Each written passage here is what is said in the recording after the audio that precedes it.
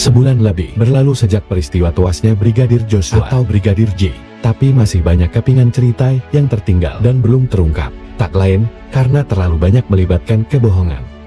11 Juli tahun 2022 dalam konferensi pers pertama kasus ini, Mabes Polri menyatakan Brigadir Joshua terbunuh dalam baku tembak dengan Barada Eliezer.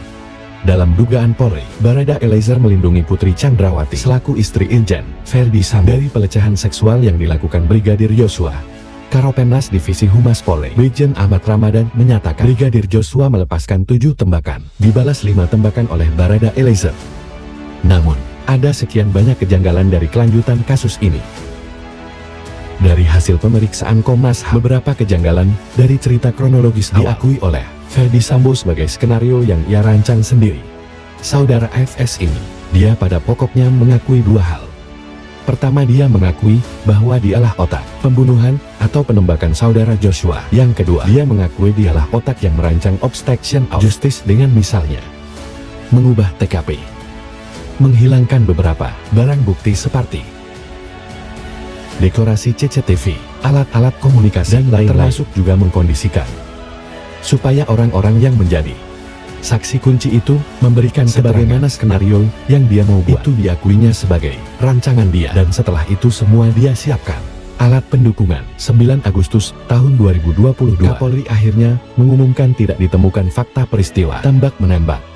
Irjen Pol Verdi Sambo ditetapkan sebagai tersangka. Menyusul penetapan 3 tersangka lain, Sambo disebut menjadi dalang yang memerintahkan Barada Eliezer untuk menembak Brigadir Joshua. Terbaru tim Sus Polri juga menetapkan Putri Chandrawati sebagai tersangka dalam kasus pembunuhan berencana ini. Komnas HAM ikut meyakini bahwa penembakan terhadap Brigadir Joshua dilakukan bukan oleh Barada seorang ya. Kami meyakini bahwa memang tidak mungkin dilakukan oleh seorang Richard sendiri, karena misalnya arah peluru datangnya dari tempat yang berbeda, ya artinya tidak mungkin orang yang sama berbolak-balik dari tempat ke tempat lain untuk melakukan tembakan. Indikasi bahwa pelurunya jenisnya juga berbeda. Satu posisi tubuh Joshua dengan di posisi tubuh yang lain itu ada ukuran yang berbeda satu dengan lainnya. Mungkin memang terjadi bahwa itu dilakukan oleh lebih dari 1 orang. Dan dalam hal ini kita merujuk kepada pengakuan Richard. Selain Richard itu ya tadi dikatakannya adalah saudara FS. Detail kronologi terbaru yang disampaikan tim Sus menunjukkan kejinya peristiwa penembakan ini. Verdi Sambo, Brigadir Eliezer, Kuat Maruf Bribka Riki bersama Brigadir Joshua berkumpul di ruang tamu rumah dinas Sambo. Joshua diminta berlutut menghadap pintu kamar mandi sambil melipatkan kedua tangan di belakang kepala. Di hadapannya, Richard tengah mengacungkan pistol. Verdi lalu berteriak memerintahkan Paradai melepaskan tembakan. Maka terjadilah. Richard melepaskan peluru dari jarak sekitar 2 meter dengan pistol Glock 17 sebanyak 3 kali ke arah Joshua. Joshua tersungkur, sementara kaos putihnya bersimbah darah. Seakan tak cukup, menurut Richard dalam keterangannya kepada polisi, kemudian menambahi dengan menembak 2 kali bagian belakang kepala Joshua, hanya dalam jarak sedekat 16 cm atau sepanjang sedotan minuman. Ia lalu menembaki dinding ruangan itu sebanyak 3 kali, mencoba membentuk alibi seakan-akan pernah terjadi baku tembak di sana.